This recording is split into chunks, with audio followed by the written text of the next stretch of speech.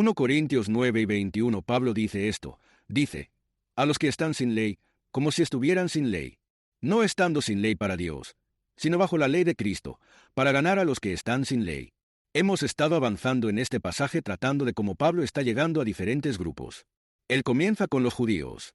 Se hizo como judío para los judíos y aprendimos que lo que eso significa es que renunciaría a su derecho de no guardar las leyes ceremoniales, esas ordenanzas externas simbólicas.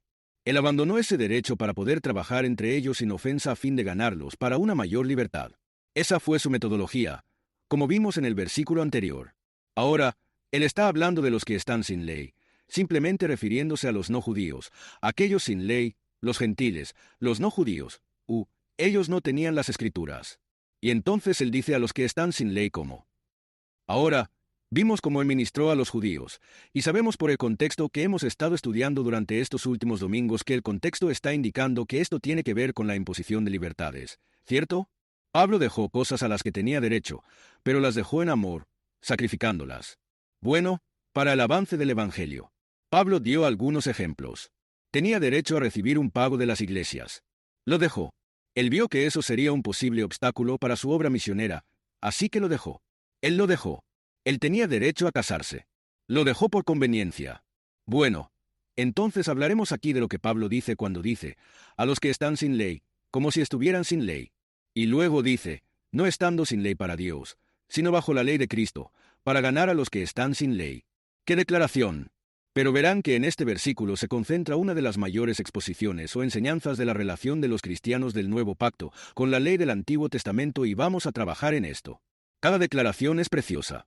Está llena de verdad. Primero, nos centraremos en el significado de como sin ley. Luego, vamos a pasar al significado de no estar sin ley para Dios.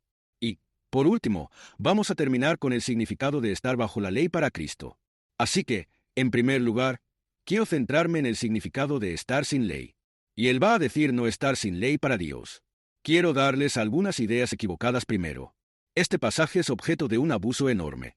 Verán que Pablo dice, me hago todo para todos. Ese es uno de los pasajes de los que más se abusa. Y tenemos la ventaja de leer el contexto, de entender el contexto que lleva a este pasaje para evitar estos errores, estos abusos de interpretación. Ideas equivocadas. En primer lugar, ¿quiso decir Pablo que actuaba como alguien que no tenía la ley moral de Dios? Es decir, como alguien que podía mentir, robar y asesinar? Ciertamente que no. Ciertamente que no. Pablo escribe a los romanos en Romanos 6, 1 al 2, que, pues, diremos, ¿continuaremos en el pecado para que la gracia abunde? En ninguna manera. Los que hemos muerto al pecado, ¿cómo viviremos aún en él? ¿Cómo vamos a vivir en Egipto? Cuando hayamos dejado la esclavitud de Egipto, ya no estaremos viviendo en Egipto. ¿Qué? ¿Cómo puedo vivir en Egipto? Estoy fuera de Egipto. Fui salvo de Egipto. ¿Cómo puedo vivir en pecado y esclavitud? En segundo lugar, ¿significa que estar sin ley significa que Pablo retuvo su fe para encajar con aquellos a quienes estaba tratando de alcanzar? Como vemos mucho en la evangelización. Mira, si queremos alcanzar a la gente, simplemente dejemos a Jesús en casa. Por un tiempo, encuéntrelos en su terreno. Con el tiempo, pueden comenzar a aprender que eres cristiano y que crees estas cosas. Pero, ya sabes, tienes que ser una especie de camaleón. No puedes ser realmente tú mismo, alguien que ama a Jesús y simplemente le encanta hablar de él todo el día y le encanta regocijarse en su salvación y decir, gracias a Dios por todo lo que te da todos los días. Cristiano, tienes que moderarte un poco, dejarlo de lado, dejarlo en casa y adaptarte al mundo. Y luego, poco a poco, puedes intentar llegar a ellos. ¿Es eso lo que Pablo estaba diciendo? ¿Que debemos adaptarnos y conformarnos a este mundo sin Dios para poder ganarlos? Creo que ya saben la respuesta. Por supuesto que no. Él les dice a los Efesios, en Hechos capítulo 20 versículo 18, que desde el primer día no rehuí nada que fuera útil para ustedes. Desde el primer día no rehuí nada. No rehuí nada. Ustedes sabían que yo era cristiano. Puede que les haya ofendido, pero sabían que había algo real en eso. Es como Dios le dijo a los profetas en el Antiguo Testamento, oigan, ustedes pueden odiar a los profetas, pero sabían que había un profeta entre ustedes. Sabían que había un profeta. Sabían que había un cristiano entre ustedes cuando Pablo llegó a la ciudad. Lo supieron desde el primer día que no me guardé nada. Número 3. ¿Pablo actuó como un pecador para ganar a los pecadores? Cuando dice que estaba sin ley, ¿Actuó como un pecador para ganar a los pecadores? Ciertamente no. Este es el mismo hombre que escribe en 1 Tesalonicenses 5:22, absteneos de toda apariencia de maldad. Es una apariencia malvada vestir una vida sin Dios, vivir como alguien sin Dios en el mundo cuando en verdad tienes a Dios en el mundo. Esconder la fe, esconder la luz bajo un felemín, es algo malo. Y debemos abstenernos de toda apariencia de maldad. ¿No se supone que debemos dejar que nuestra luz brille? ¿No es la luz, según Efesios, lo que se manifiesta? ¿No incorpora también la luz la verdad de la palabra de Dios? Por supuesto que sí. Por supuesto que sí. No son solo las buenas obras, sino también nuestro testimonio. Son nuestras bocas, así como la obra de nuestras manos, las que hacen brillar la luz.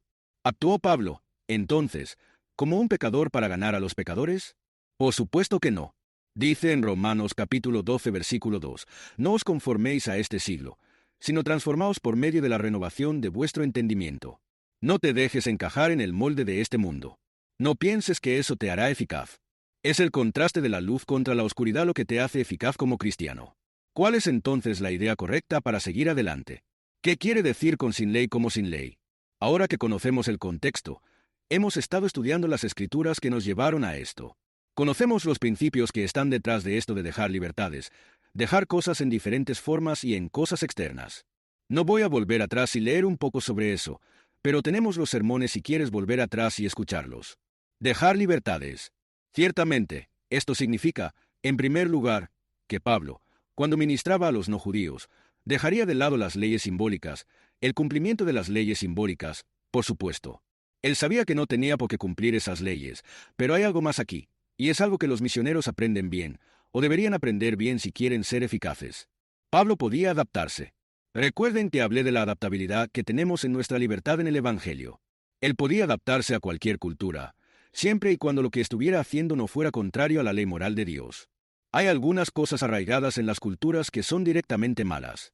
Hay algunas prácticas culturales que no son dañinas, se pueden aceptar sin problema, pero hay otras prácticas culturales que el cristiano no puede aceptar. Por eso Pablo no podía adaptarse a cosas que fueran contrarias a la ley moral, pero si no fueran contrarias a la ley moral, si se pudieran hacer de manera coherente con una vida de amor a Dios y a sus semejantes y de santidad, por supuesto que podía adaptarse, era muy adaptable. Los alimentos que comía, por supuesto, no eran para ser un glotón, ¿no? La ropa que vestía, por supuesto, no era para ser inmodesta, ¿no? Nuestra libertad no es para la carne. La forma en que vivía no era tan malvada. El lenguaje no era tan vulgar. Las tradiciones culturales no eran tan idólatras, pero en la medida en que no eran malas, podía adaptarse a cualquier cultura. Y hay muchas cosas en las culturas que son indiferentes. Ni aquí ni allá. No importa. Adelante. Y eso es de lo que habla Pablo aquí. Recuerden que Pablo tiene una mentalidad muy misionera. Es un misionero eficaz. Y para ser un misionero eficaz, hay que ser capaz de adaptarse. Tienes que ser capaz de adaptarte, y quizás la más importante de ellas sea no evitar, o evitar ofender, a quienes intentas llegar. Si vas a un país donde no comen ciertos alimentos y se considera un gran delito comer ciertos alimentos, bueno, no tienes por qué comer esos alimentos, ¿verdad? Esa es una libertad que puedes dejar. Puede que a ti te gusten mucho esos alimentos, pero ellos no los comen. Y si quieres alcanzarlos, no estás comiendo esos alimentos. Y ese es solo un ejemplo. Pero hay muchas cosas así donde es algo externo. No importa. Es solo comida. ¿No? Olvídalo. Simplemente déjalo ir. Tú quieres. Estás tratando de alcanzar las almas de las personas. ¿No? Y así te puedes adaptar. Entonces eso es lo que él quiere decir con sin ley. Sí. Esa es la ley simbólica, dejando eso de lado porque, en verdad, él era libre en el Evangelio. Cristo cumplió esas leyes simbólicas, pero también este aspecto de adaptabilidad a las labores misioneras. Necesitamos ver eso. Ahora pasemos al siguiente punto. Dice, no sin ley para Dios. No sin ley para Dios. Quiero ayudar con algunos principios para entender a Pablo aquí. En primer lugar, la mayoría de nosotros probablemente estemos familiarizados con esa gran declaración en Romanos capítulo 6, de que no estamos bajo la ley. No estamos bajo la ley. Esta es también una de las afirmaciones más malinterpretadas y más abusadas del Nuevo Testamento. ¿A qué ley se refiere Pablo en Romanos 6 cuando dice que no estamos bajo la ley, sino bajo la gracia? ¿A qué se refiere? ¿Se refiere a la ley simbólica? ¿Se refiere a la ley moral? Amigos, él está hablando de todo. La ley de Dios, no estamos bajo ella. Su énfasis allí en Romanos 6, si quieren verlo, Es Romanos 6, 19. Él dice, no estáis bajo la ley, sino bajo la gracia. Su énfasis en ese pasaje en Romanos 6 está en la ley moral. Es innegable. Si bajamos unos cuantos versículos hasta el versículo 19, él habla de cómo habéis entregado a vuestros siervos miembros a la inmundicia y a la iniquidad. El énfasis en ese pasaje en el contexto de no estar bajo la ley se refiere definitivamente a la ley moral. Pero, aquí está el asunto. En Gálatas tenemos otra declaración que dice que no estamos bajo la ley. Y en ese pasaje de Gálatas, el énfasis está en la ley simbólica, la ley ceremonial. En Gálatas capítulo 4, y leen en el versículo 23 del capítulo 3, dice, pero antes de que viniese la fe, estábamos confinados bajo la ley, encerrados para la fe que había de ser revelada. Y en el mismo contexto, recuerden que las divisiones de los capítulos no son inspiradas. Este es un flujo de pensamiento. Mismo contexto, capítulo 4, versículo 10, habla de cómo observaban los días, los meses, los tiempos y los años, refiriéndose a la ley ceremonial simbólica. Tenían días santos, tenían fiestas, tenían que cumplir con los requisitos de Dios de la ley simbólica. Y entonces, en Romanos 6, lo tenemos desde que no estamos bajo la ley en términos de los 10 mandamientos o la ley moral. ¿De acuerdo? Algunas personas hablan de la ley civil en el Antiguo Testamento, pero eso es simplemente una extrapolación de la ley moral. Por ejemplo, en Israel hay muchas leyes para la sociedad que tienen que ver con la nación, la teocracia de Israel. Por ejemplo, había que construir un parapeto en el techo para evitar que la gente se cayera, pero eso es simplemente una extrapolación del mandamiento de no matar, que también implica que hay que amar la vida. Deberías estar a favor de la vida, no de la muerte. Deberías querer proteger y preservar la vida, ¿verdad? Entonces, esas leyes civiles son solo la ley moral, los 10 mandamientos extrapolados y aplicados a esa cultura. Bien, entonces, en realidad tienes la ley moral y las leyes simbólicas, las dos categorías principales de ley en el Antiguo Testamento. La ley civil solo se extrapola de esa ley moral. Y cuando piensas en esto, cuando Pablo habla de no estar bajo la ley, está hablando de todo. Es una declaración increíble. Quiero explicar lo que eso significa. Porque algunas personas probablemente estén pensando ahora, un momento, estás diciendo que estamos libres del requisito de amar a nuestro prójimo, estás diciendo que no tenemos que preocuparnos por el asesinato y el robo, ¿verdad? Ciertamente el Señor no quiere que robemos, asesinemos y mintamos. ¿Qué quieres decir con que no estamos bajo la ley? Bueno, déjame explicarte. No estamos bajo ninguna de las dos secciones de la ley. No estamos bajo la ley en absoluto. La ley moral, los 10 mandamientos, la ley simbólica. ¿Qué significa estar bajo la ley? ¿Qué significa estar bajo la ley?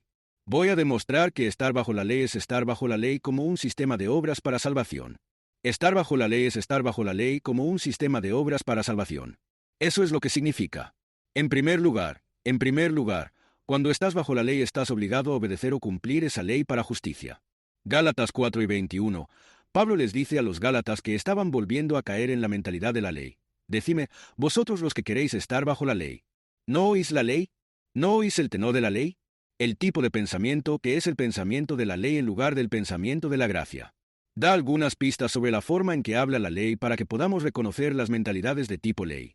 La ley dice que hagas esto y vivirás.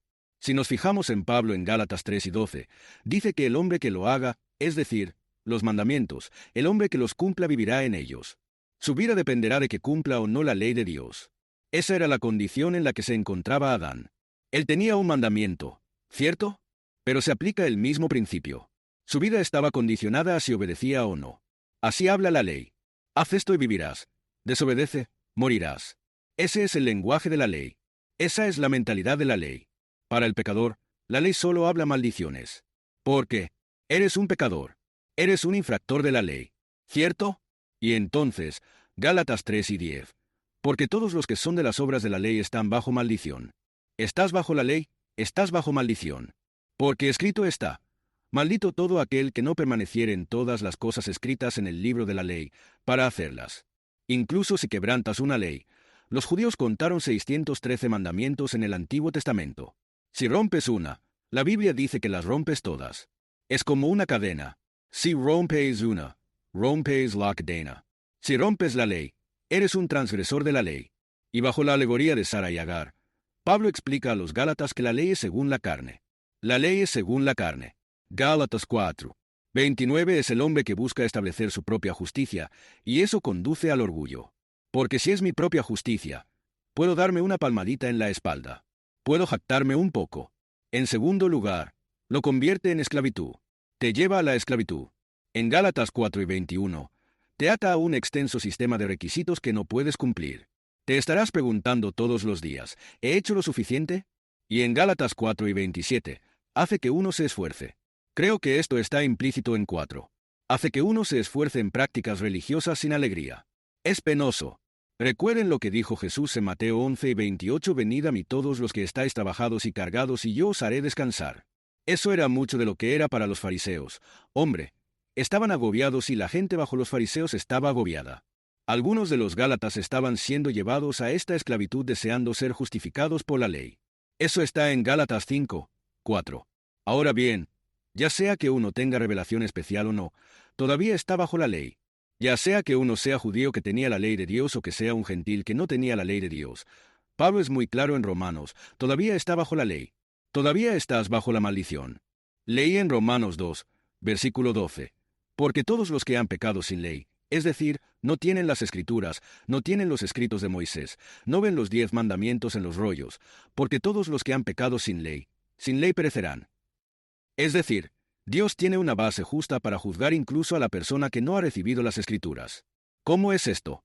Y todos los que han pecado bajo la ley, por la ley serán juzgados. Los que la tienen serán juzgados por la luz que tienen.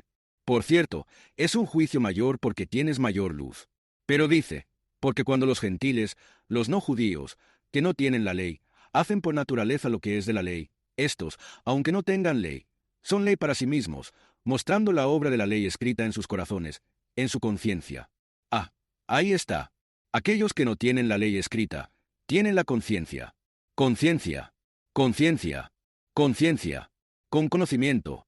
Dios puede juzgarlos basándose en ese conocimiento. Su conciencia también da testimonio en sus pensamientos, mientras tanto se acusan o se excusan unos a otros. Así que su propia conciencia los condena.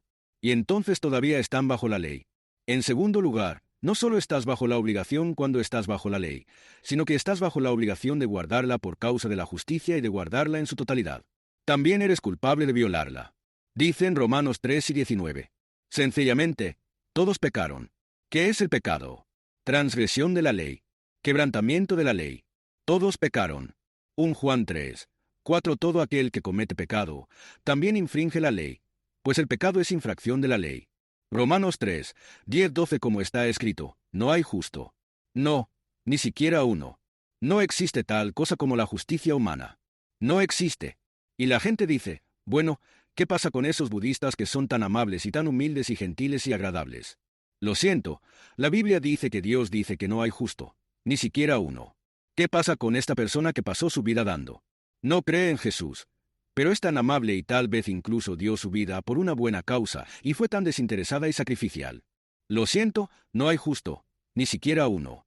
Eso es lo que dice la Biblia. Puedes juzgar por las apariencias externas o puedes creer en la palabra de Dios. No hay justo, y no hay quien la entienda. No hay quien busque a Dios. Todos se desviaron del camino. Se han vuelto inútiles. No hay quien haga lo bueno. No, ni siquiera uno. Ni una sola. No existe tal cosa como la justicia humana. Solo existe la injusticia humana. Eso es todo. Ahora bien, en Romanos 3:19, sabemos lo que dice la ley. ¿De acuerdo? Hemos escuchado cómo habla la ley. La ley dice haz esto y vivirás o no hagas esto y morirás. ¿Correcto? La ley dice que si desobedeces, estás maldito. Si quebrantas uno de esos mandamientos, estás maldito. Eso es lo que dice la ley. Ahora, sabemos que todo lo que la ley dice, lo dice a los que están bajo la ley. Ellos están bajo la obligación de guardarla para justicia, y están bajo la culpa de ella. Están bajo la pena de ella. Todo lo que la ley dice, todas sus amenazas, todos sus relámpagos y truenos contra el pecador, lo dice a los que están bajo la ley para que toda boca se calle y todo el mundo se vuelva culpable ante Dios. Todo el mundo, sin excluir a nadie, por cuanto todos pecaron y están destituidos de la gloria de Dios. Por último, no solo eres culpable de violarla, sino que estar bajo la ley significa que estás sujeto a sus consecuencias. La paga del pecado, según Romanos 6:23, es la muerte. Muerte. La Biblia habla de la primera muerte, también habla de la segunda muerte. La segunda muerte en el lago de fuego, y por eso, según las Escrituras, es ese el significado de estar bajo la ley. Tienes que guardarla por causa de la justicia. Si la violas, llevas esa culpa y llevas el castigo. Eso es estar bajo la ley resumiendo esto. De ahora en adelante. Perdón. ¿Qué quiere decir Pablo? Cuando dice que no estamos sin ley ante Dios, sabemos que no estamos bajo la ley. Así que ahí está el gran misterio de todo esto. Si no estamos bajo la ley, entonces, ¿cómo puede decir, bueno, no estoy sin ley ante Dios? Aunque no estamos bajo la ley como un sistema de obras para la justicia, todavía seguimos la ley moral de Dios. Ya sabes, algunas personas, es asombroso, algunas personas no entienden esto. La gente dice, oh, aquí no predicamos la ley, lo único que hacemos es amar a Dios y amar a la gente. Amigos, ¿saben que ese es el resumen de la ley? La ley se resume así: amarás al Señor tu Dios con todo tu corazón, alma, fuerza y mente, y amarás a tu prójimo como a ti mismo. No predicamos la ley, predicamos el amor. Amigos, toda la ley se resume en amor. El Nuevo Testamento dice que se cumple la ley en una palabra: amor. Amor. Eso es todo. Siempre que se habla de amor, se habla de eso, que es, por lo menos, perfectamente congruente y de acuerdo con la ley. Se habla de amor, pero no estamos sujetos a él como un medio de justicia. Gracias a Dios que no lo somos. Gracias a Dios. ¿Qué significa para Dios que no estemos sin ley? Seguimos siguiendo la ley moral de Dios. ¿De acuerdo? Por ejemplo, aunque no nos salvamos por no mentir, por decir la verdad, sigue siendo bastante bueno no mentir. ¿Estás de acuerdo? Sigue siendo bastante bueno. Deberíamos seguir enseñando a nuestros hijos a no mentir. ¿Les estamos enseñando la salvación por obras? ¿Les estamos enseñando obras? ¿Y si les enseñamos a nuestros hijos que no deben mentir? Por supuesto que no. Por supuesto que no. Todos los 10 mandamientos están reafirmados en el Nuevo Testamento. Cada uno de ellos. No tendrás dioses ajenos delante de mí. Número 1. Y vemos en el Nuevo Testamento que se repite el tener un verdadero conocimiento, un amor, un temor y una confianza en Dios. Número 2. No te harás imagen alguna, ni te inclinarás ante ellas. En el Nuevo Testamento tenemos prohibiciones contra la adoración a los ídolos. Ya lo hemos leído y estamos a punto de leer 1 Corintios 10 y 14, 1 Juan 5 y 21. Hijitos, guardaos de los ídolos. Está ahí. Número 3. No tomaréis en vano el nombre del Señor vuestro Dios.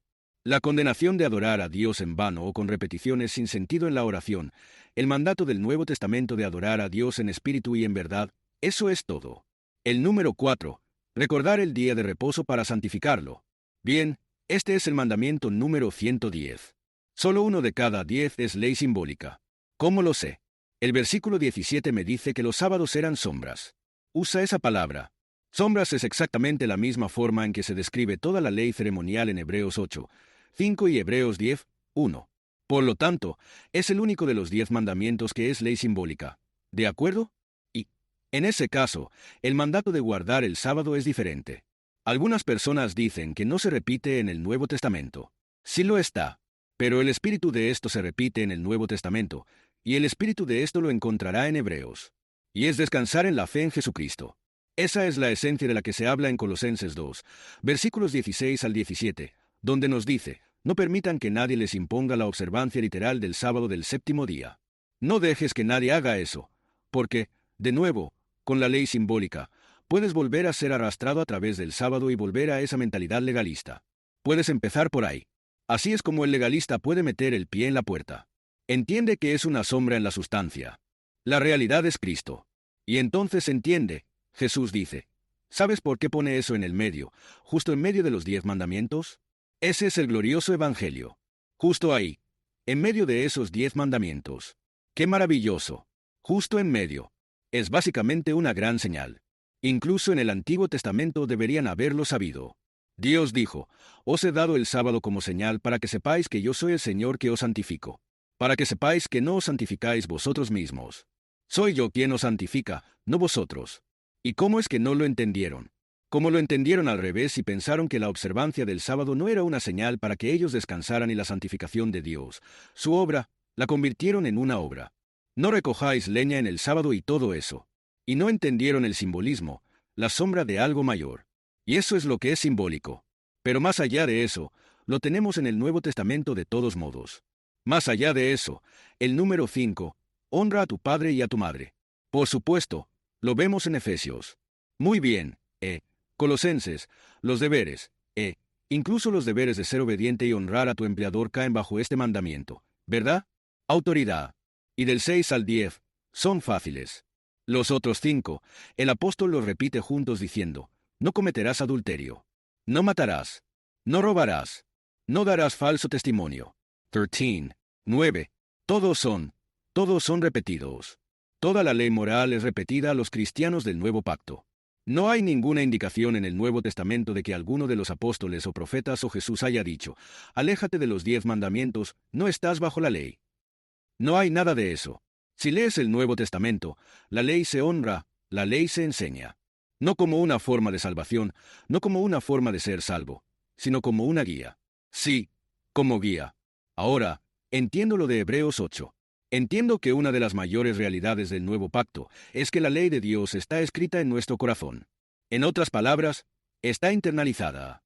Lo entiendo, pero tenemos que tomarnos el tiempo para lograr esa internalización y nunca la logramos en su justa medida.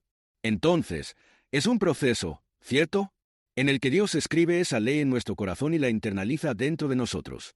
Bien. Bueno, entonces, la ley no es un medio de salvación, pero hay otros propósitos para la ley que son provechosos para los cristianos. Y quiero darles solo algunos de estos propósitos para la ley. Bien. En primer lugar, la ley refleja. Esa es la perfección moral de Dios. Ese es un estándar alto. Ese es un estándar imposiblemente alto. Y refleja a Dios. ¿Recuerdas cuando dice en Romanos 3, por cuanto todos pecaron y están destituidos de la gloria de Dios? No dice por cuanto todos pecaron y están destituidos de la ley de Dios. ¿Por qué? La ley de Dios refleja la gloria de Dios, su perfección. Y eso es lo que nos hace humildes. Tiene el maravilloso propósito de humillar nuestro orgullo. ¿No es así? Y necesitamos usar la ley. Usarla. Humildes. Ley para los orgullosos. Gracia para los humildes. ¿No es así? Como siempre dice el evangelista Ray Comfort. En segundo lugar, revela el pecado del hombre. Acabo de leer Romanos 3 y 20. Por la ley es el conocimiento del pecado. Eso está en el Nuevo Testamento. Tiene un muy buen propósito, revelar nuestro pecado. En tercer lugar, la ley mata nuestra justicia propia. Es un concepto muy similar, pero si lees Romanos 7, versículos del 7 al 24, puedes ver que en la vida cristiana, en nuestro crecimiento, la ley tiene un propósito maravilloso: hacernos ver que no podemos cumplirla. Tendrás que leerlo allí. Hay una manera en la que, como cristiano, puedes volver a caer en esta mentalidad de la ley y empezar a confiar en la carne. Y Pablo, en Romanos 7, lucha con eso. Dice que la ley tiene el efecto opuesto al que él pensaba. Pensaba que traería vida, pero lo único que hace es exacerbar la naturaleza pecaminosa y provocar más pecado. Es como si le dijeras a un niño que no presione ese botón rojo y algo en ellos dice, oh, quiero presionar el botón rojo. Esa es la carne. Y es hostil a Dios. Es una enemistad. Es como si fuera a presionar el botón rojo. Dijo que encontrara algo en ese principio de ley en él, pero gracias a Dios él da la solución allí. La ley del Espíritu de vida, Romanos 8, en Cristo Jesús, me ha liberado de la ley del pecado y de la muerte. Amén. Y así, tenemos la muerte de nuestra justicia propia por la ley, lo que nos lleva a estar muertos a la ley. Yo, por la ley, estoy muerto a la ley. Nos mata, para que yo pueda vivir en fe en Cristo. Y apartar la mirada de todo esfuerzo propio y de toda autojustificación. De toda la carne y mirar completamente confiando en Cristo para mi justicia y empoderamiento. Por último, la ley nos instruye en justicia. Vemos esto especialmente en los Salmos. Salmo 94, 12, Proverbios 6. Y por supuesto, sabemos que toda la Escritura es útil para la instrucción y la justicia, dice la Biblia. Eso incluye la ley. Y por lo tanto, la instrucción y la justicia. Estar sin ley para Dios. Volvamos a esto ahora. Hablamos de no estar bajo la ley. No estamos bajo la ley como un sistema de obras para la salvación, para la justicia. Estar sin ley para Dios sería lo mismo que estar sin amor a Dios. Así sería. Si yo dijera que estoy completamente sin ley en todos los aspectos, eso significaría que no tengo que amar a Dios. Alabado sea el Señor. Ya no tengo que amar a Dios ni a mi prójimo. ¡Qué ridículo sería eso! ¡Qué ridículo sería eso! Así que no estamos sin ley para Dios. Pero no estamos bajo la ley.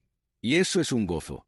Algunos, probablemente, de los teólogos más eminentes y hombres espirituales verdaderos, e incluso mujeres de Dios que han escrito a lo largo de los años, han señalado este punto.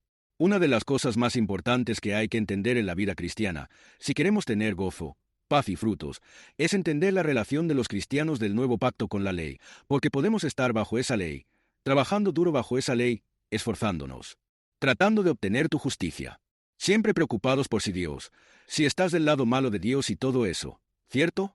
Así que es muy importante. No es solo algo académico aquí. Es muy importante que nos liberemos de esta mentalidad de la ley. ¿De acuerdo? Y así dicen, en Romanos 13, nadie, nada sino amarse. Amaos los unos a los otros, porque el que ama al prójimo, ha cumplido la ley. ¡Qué hermoso! Quiero decir, es poético, ¿no? Simplemente trae alegría a nuestra alma. ¡Wow! El que ama al prójimo ha cumplido la ley. Eso es lo que Dios quería. Eso es lo que Dios quiere. Amor. Él dice, a Israel. Que tuvieran un corazón así. Que tuvieran un corazón así.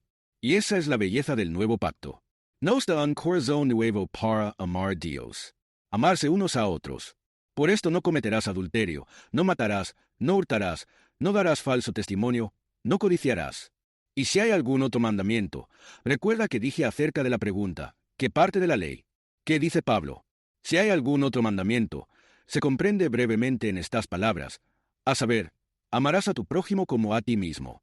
No sé qué os pasa a vosotros. ¿Os gusta la sencillez? A mí me encanta la sencillez. Me encanta eso. ¿Quieres decir que no tengo que volver atrás y ordenar todo? Es instructivo, es útil, os da principios, sabiduría y conocimiento, pero al final del día, es así de sencillo. Todo está comprendido en una sola afirmación. Ama a tu prójimo como a ti mismo. Amarás a tu prójimo como a ti mismo. El amor no hace mal al prójimo. Por lo tanto, el amor es el cumplimiento de la ley. Por supuesto, ese amor se debe aprender y cultivar. ¿No es así? Pablo les dice a los filipenses que está orando por ellos, para que su amor abunde en todo conocimiento y juicio. Así que tiene que haber un crecimiento en el amor verdadero, no en este sentimentalismo superficial que no tiene idea de lo que es el amor de Dios. Pero al mismo tiempo, es esa realidad del amor la que cumple toda esa ley. Ahora bien, el significado de estar bajo la ley de Cristo. Permítame terminar con esto. Él dice que está bajo la ley de Cristo. Creo que este es el principio más importante que debe comprender el cristiano del nuevo pacto, que recibimos la ley, no como la recibió Israel al pie del monte Sinaí, como una simple orden que nos amenazaba con fuego y azufre. Y estaban aterrorizados. ¿Recuerdan lo aterrorizado que estaba el pueblo? Dicen que hasta Moisés tembló. Moisés tembló, y mucho menos todo el pueblo, ¿no? Nosotros recibimos la ley, no como del monte Sinaí. Nosotros recibimos la ley como del monte, monte Sión. Nosotros recibimos la ley como por medio de la mano de un mediador. Y como desprovistos de colmillos, si puedo decirlo así. ¿De acuerdo? Y voy a explicar lo que quiero decir con eso. La ley debe ser recibida por el cristiano a través del mediador. Está ilustrado en el Antiguo Testamento. ¿Recuerdas ese libro que tenemos, Deuteronomio? El nombre del libro es Segunda Ley. ¿Verdad? Segunda Ley. Tienes la entrega original de la ley, enfatizada en Éxodo. Bien, haz esto y vivirás y no hagas esto y morirás. Pero en Deuteronomio tenemos un presagio del nuevo pacto y cómo la ley debe ser recibida por el cristiano. Porque en Deuteronomio tienes todas estas cláusulas de motivación. Ya no se hace tanto hincapié en haz esto o morirás, soy fuego consumidor, sino que el énfasis en Deuteronomio es haz esto porque te he redimido de Egipto. Haz esto porque te he dado todas estas promesas. Hagan esto para que sean bendecidos y vivan en la tierra. El énfasis en la ley en Deuteronomio. Pueden leerlo y estudiarlo por sí mismos. El énfasis en Deuteronomio. Dios está obedeciendo, no para, como la mentalidad de la ley, obedecer la ley para alcanzar la justicia. ¿De acuerdo? El énfasis en Deuteronomio es obedecer la ley debido a lo misericordioso que Dios ha sido con ustedes. Ama a Dios no porque estés tratando de ganar la justicia. Ama a Dios porque Él te ha amado tanto. Ama a Dios porque Él te ha liberado. Ese es el énfasis en Deuteronomio. Y ves que originalmente en el monte Sinaí, la ley vino, bien, antes del sistema del tabernáculo. Bien, no tenían al Cristo encarnado allí en el Antiguo Testamento, pero tenían en principio a Cristo en el sistema del tabernáculo. Las ilustraciones visuales allí apuntaban hacia la realidad de la gracia. Notarás que cuando Moisés fue y obtuvo la ley hubo truenos y relámpagos y 3,000 almas murieron. No pudieron cumplirla ni siquiera por un día. Inmediatamente levantaron un ídolo y comenzaron a adorarlo. Eso somos nosotros. Pero notarás que Dios le ordenó a Moisés que tomara esa ley la segunda vez después de que la rompió y la pusiera dentro de una caja, a la que llamamos el arca del pacto, ¿verdad? Arca del pacto. Y observa lo que está encima del arca, el propiciatorio y la sangre que expía el pecado. Y sabéis, Dios habla a Israel desde el propiciatorio. Buscad con la ley todavía allí desechada. Mirad que la ley todavía habla, pero habla a través de un mediador. Habla a través de la sangre, y a través de la sangre la ley es difamada en su poder para castigarnos, porque Cristo llevó el castigo de la ley en la cruz. Él se hizo maldición por nosotros. Él llevó la culpa. Él llevó el castigo. Él llevó la maldición de la ley. Es la ley que ha sido difamada. Se ha vuelto impotente para castigarnos a nosotros que estamos bajo la ley, bajo los que están bajo la ley. Ellos escuchan amenazas. Su conciencia debería estar molesta. Deberían estar aterrorizados porque Dios, no hay enemigo más grande que puedas tener que un Dios santo. Es una cosa terrible caer en las manos de un Dios vivo. Pero gracias al Señor no estamos bajo la ley. No estamos en el monte Sinai. Dios nos da la ley, sí, pero nos la da a través de un mediador, Jesucristo. Nos la da a través del mediador, así que es difamada y no tiene poder. No estamos bajo un sistema de abrirnos paso a zarpazos para ganar la justicia. Jesús es mi justicia desde el momento en que confié por primera vez. Él me vistió con las vestiduras de la justicia. No me preocupa tratar de trabajar para el cielo. No me preocupa tratar de ser justificado por la ley. Estoy justificado. Estoy justificado. Tenemos paz con Dios a través de nuestro Señor Jesucristo. Él está en buenos términos con nosotros. Él dice en Efesios, Él nos ha aceptado en el amado. No estamos bajo la ley. Y entonces, ¿qué tenemos? Nosotros somos la circuncisión. ¿No es cierto? Nos regocijamos en Jesucristo. Cuando eres liberado de esa ley. ¿Estamos obligados al amor? Sí. El amor de Cristo nos constrain. ¿Está permitido pecar? No. Porque hemos nacido del Espíritu y deseamos amar y obedecer. Qué maravilloso es estar en este amor. Es la mayor motivación que podemos tener. Amén. Solo debemos temer a Dios de manera temblorosa, lo suficiente para mantenernos alejados del pecado. Si eres guiado por el Espíritu, no estás bajo la ley. No hay temor en el amor. No hay ley contra el fruto del Espíritu. No hay ley contra el fruto del Espíritu. Solo teman a Dios de manera temblorosa lo suficiente para mantenerlos alejados de ese pecado. Amén. Y así, Dios ha hecho todo. No estamos tratando de hacer. Estamos creyendo. Estamos confiando. Estamos descansando. Eso es, lo que dice Hebreos cuando habla de esforzarnos por entrar en ese reposo. Amigos, esto es a lo que estamos llegando. Esto es lo que estamos esforzándonos por lograr en la gracia que está en Cristo Jesús. Para llegar a una comprensión profunda de la obra terminada de Jesucristo. Y eso te va a cambiar. Ese es el secreto. Cuando descansas en la gracia, hay un empoderamiento, hay una transformación. Hay un amor que fluye a través de eso, pero tenemos que descansar. Tenemos que empezar descansando y confiando. ¿Van a abusar de ella los que son ciegos? Seguro, seguro. Pero la sabiduría está justificada por nuestros hijos. El pueblo de Dios entiende que el camino de la fe no es una licencia para pecar. Entiende que es un empoderamiento y una libertad. Lo entiende. Y debemos entender eso si queremos llegar lejos en el andar en el Espíritu. Permítame decir, para terminar, que creo que ya he expuesto todos los puntos que quería terminar hoy. Si todavía estás bajo la ley, si tu corazón, es decir, si tu corazón, tu conciencia te está atormentando, si estás en esta mentalidad de la ira de Dios, seguramente he pecado demasiado. Estoy del lado malo de Dios. Dios esconde su rostro. Dios puede estar disgustado con sus hijos. Pero amigos, tienen que entender la diferencia entre el antiguo pacto que amenaza con destruirlos y el nuevo pacto. Él te disciplinará. Tenemos que entender que Dios, como Padre amoroso, nos disciplinará. Pero no está dispuesto a destruirnos. Él nos ama. Todo lo que hace para disciplinarnos es solo para nuestro beneficio. Es solo para nuestro bien. Tenemos que entender esta realidad del nuevo pacto en contraposición al antiguo pacto. No podemos estar en el antiguo pacto. Dios, sí, Él puede esconder su rostro. Sí, leemos el libro de Apocalipsis. Él puede estar muy disgustado con su pueblo por pecar. Él puede. Y Él puede disciplinarlos muy severamente. Pero amigos, incluso detrás de esos ceños fruncidos, si están bajo la sangre en el nuevo pacto, hay una sonrisa. Al igual que detrás de los ceños fruncidos de José hacia sus hermanos, había una sonrisa detrás de esos ceños fruncidos. Lee acerca de José. Hay una sonrisa incluso detrás de los ceños fruncidos de Dios. Aunque esté disgustado con nosotros, seguimos siendo sus hijos. Si has ejercido una confianza sencilla en Jesús, no dejes que nada tambalee esa fe. No dejes que ninguna circunstancia, ni tus sentimientos tambaleen esa fe. Lo hace. Puedes llevarla al banco. Dios te ama. Él murió por ti. Descansa en eso. No dejes que tu conciencia, si te está mintiendo, te engañará. Tus sentimientos te engañarán. Di, no, no estoy escuchando eso. Estoy creyendo en la palabra de Dios. Estoy descansando en Jesús. Hasta que ese descanso llegue, no vas a obtener la victoria. No obtendrás la victoria hasta que descanses. Y confía. Incluso si estás en el mundo del pecado y piensas que eres demasiado pecador, debes descansar y confiar en ese perdón. Esa es la base para obtener la gracia. Así que esta es nuestra relación con la ley. Hay más que decir, pero creo que eso nos dará una buena comprensión y podemos avanzar a partir de ahí.